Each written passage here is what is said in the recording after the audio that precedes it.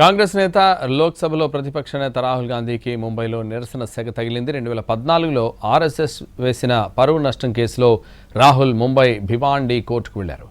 Mumbai airport నుంచి కోర్టుకు వెళ్లే దారి పొడవునా బీజేపీ శ్రేణులు నిరసన వ్యక్తం చేశారు.